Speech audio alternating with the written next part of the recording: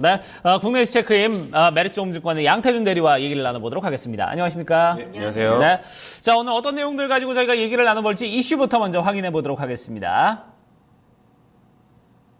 자, 오늘의 이슈는 테마만 형성될 뿐 모멘텀은 없었다라는 주제를 가지고 얘기를 나눠보도록 하겠습니다.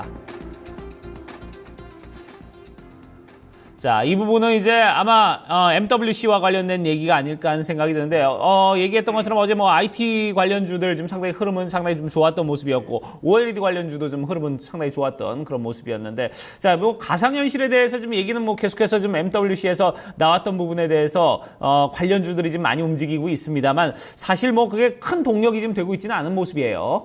뭐 예를 들어 뭐 예전에 뭐 바이오제약 같이 큰 덩어리로 움직이는 테마였다면은 사실 좀 괜찮은 이제 시장을 이끌어갈 수 있을 만한 그런 테마가 되지 않을까라고도 생각을 했지만은 실질적으로 지금 MWC 같은 경우는 이제 올해 처음 열렸던 게 아니고 매년 열리는 부분이고 CES 같은 부분들도 항상 있었기 때문에 그렇게 큰 테마를 형성하기에는 좀 힘이 좀 부족하지 않나 이렇게 보고 있습니다. 다만 이제 지금 시장 상황이 워낙 이제 어지럽기 때문에 이제 어느 정도의 좀 증시 좀 단비 역할은 좀 했지만은 그래도 큰 틀로 봤을 때는 끌고 나기엔 좀 힘이 부족하지 않나 이렇게 보고 있고요.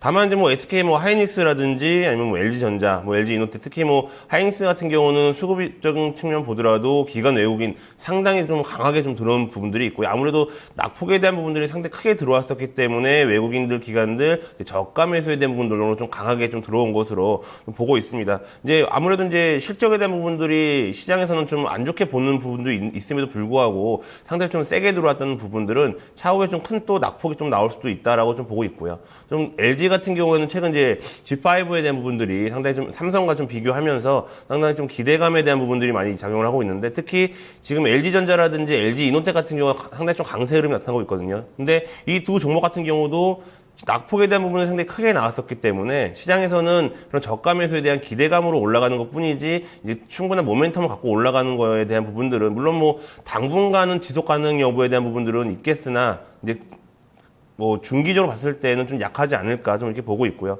또 특히나 이제 뭐 지금 MWC 가장 큰 화두가 이제 뭐 OLED라든지 VR 특히 이제 가상현실에 대한 부분들인데 지금 OLED 관련주들은 그 동안에 한 근 1년 정도, 2년 정도는 소외를 받았다가 지금 이번 주, 그러니까 저번 주부터죠. 네. 저번 주부터 이제 시장에 좀 관심을 받았다라고 이제 보고 있고요. 물론 이제 그 동안에 상당히 좀 낙폭에 대한 부분들, 횡보에 대한 부분들, 그리고 시장에 기대감이 없었던 부분들이 이제는 다시 한번 신고가를 경신하면서 나왔던 부분들은 이제 단비 역할을 하면서 이제 차익 실현 관점으로 이제는 좀 매물이 나오고 있는 것을 보고 있고, 특히 이제 VR 관련주들이 지금 상당히 좀 이제 세게 나오고 있습니다.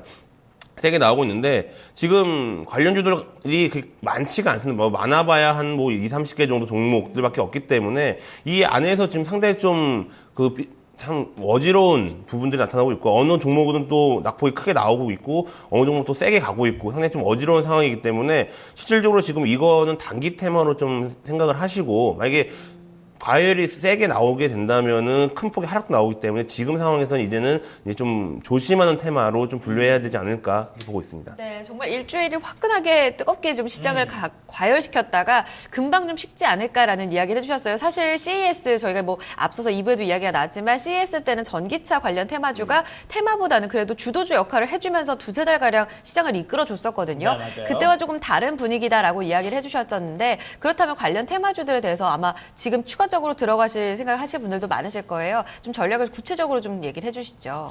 이제 뭐 아까도 말씀드렸지만 뭐 전기차도 마찬가지고요. 뭐 바이오제약도 마찬가지고 큰 틀에서의 이런 테마를 이끌어 갈 수 있을 만한 그러니까 뭐 어떤 주도주 그러니까 전기차 같은 경우는 현대 기아차라는 큰 뭉텅거리가 있고 또 바이오제약 같은 경우는 셀트리온이라든지 한미약품 같이 큰 업종들이 이끌어 가면서 밑에서 이제 끌어 나가야 되는데 이제 뭐 가상현실 같은 경우는 아직까지는 주도할 만한 업종들이 종목이 없다라는 거죠. 그냥 조금만 코스닥 종목들에서 관련 이슈들만 올라가는 거기 때문에 상당히 좀 위험하지 않을까라고 보고 있고요. 지금은 실질적으로 지금 테마가 지금 한 주 매주 좀 생기고 있는데 예를 들어서 뭐 지카바이러스도 있었고요. 지금 뭐 VR 같은 경우도 있었고 아니면 뭐 북한 미사일 관련 뭐 이런 주들도 상당히 많았었는데 이렇게 좀 단기적으로 테마가 형성될 때는 빠른 손바뀜이 있어야 되는데 이거를 좀 대처하기에는 시장에서 상당히 좀 힘들다. 왜냐면은 그 기관들이라든지 외국인들 같은 경우도 대응하기가 상당히 힘든 상황에서 개인 투자자분들이 접근하시기에 상당히 좀 힘들지 않을까라고 보고 있고요. 예를 들어서 지금 어느 정도 기대감만으로 딱 들어갔는데 이게 딱 봤을 때는 그냥 거품이다라고 했을 때는 그때는 이제 대응하기가 좀 힘들지 않을까 이렇게 보고 있고요. 그렇기 때문에 어느 정도는 지금은 기대감은 갖고 있지만은 접근하기에는 다소 좀 무리가 있지 않을까 이렇게 보고 있습니다. 네, 그래요.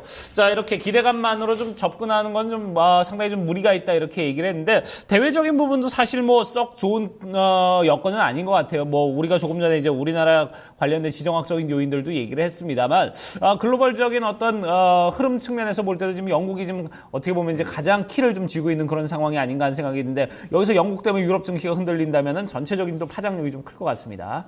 우선 뭐 그동안에 항상 뭐 나왔던 게 뭐 중국 아니면 미국 금리 인상, 뭐 중국의 뭐 경제 정책, 아니면 뭐 일본의 뭐 금융 정책 이것만 이제 신경 쓰고 있다가 어느 순간 갑자기 영국에 대한 부분들이 툭 튀어나왔거든요. 네. 근데 지금 어제 이제 밤 증시를 보더라도 유럽 증시는 큰 폭의 하락이 나왔었고 미국은 별로 영향을 안 받는 부분들 이렇게 나왔습니다. 그렇기 때문에 지금 근데 미국은 영향을 안 받더라도 한국 증시는 영향을 받을 수 있다라는 부분들을 좀 주목해 봐야 될 것 같고요. 지금 그 영국 같은 경우가 지금 제가 보니까는 파운드 하락이 상당히 좀 최저로 좀 내려가고 있다고 하더라고요. 이렇게 되게 되면은 다시 한번 안전자산에 대한 선호 현상이 이제 부각이 되면서 뭐 엔이라든지 금이라든지 아니면은 뭐 달러라든지 이런 부분들이 또 강세의 흐름이 연출될 수 있기 때문에 시장 자체는 다시 한번 불확실성으로 들어가면서 안전자산으로 가서 자기 돈을 지키려는 그런 심리가 좀 많이 나올 것으로 보고 있습니다. 지금 국민투표가 6월 23일이라고 지금 얘기가 나오고 있는데 아마 이 전까지는 이 파운드에 대한 그러니까 환율에 대한 부분들이 상당히 크게 이제 변동성이 나오면서 뭐 달러라든지 엔 쪽으로도 좀 강세로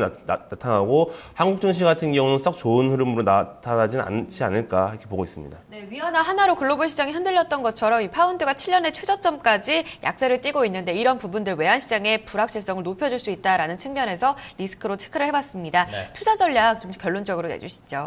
지금 시장 자체가 이제 뭐 테마로 거의 뭐 형성이 되어 있고 단기적인 부분들 상당히 좀 위험한 상황이고요. 그리고 그 안에 이제 글로벌 악재가 갑자기 영국이라는 부분들이 또 튀어나왔기 때문에 이런 부분들이 있으면 오늘 같은 장에서도 충격이 충분히 올 수 있다 이렇게 보고 있습니다. 뭐 VI라든지 OLED 관련주들을 접근했다가 이제 좋다고 접근했는데 글로벌 악재가 튀어나오면은 이제 상당히 좀 큰 폭의 하락이 나올 수 있기 때문에 지금은 상당히 좀 보수적인 접근 관련이 좀 필요할 것 같고요.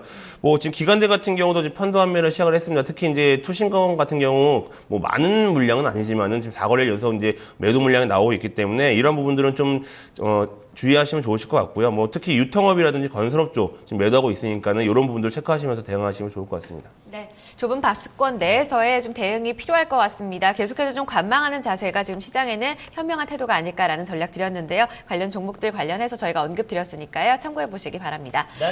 오늘 말씀 여기까지 나누어보도록 하겠습니다. 메리츠 종금증권 양태준 대리와 함께했습니다. 감사합니다, 대리님. 감사합니다. 고맙습니다.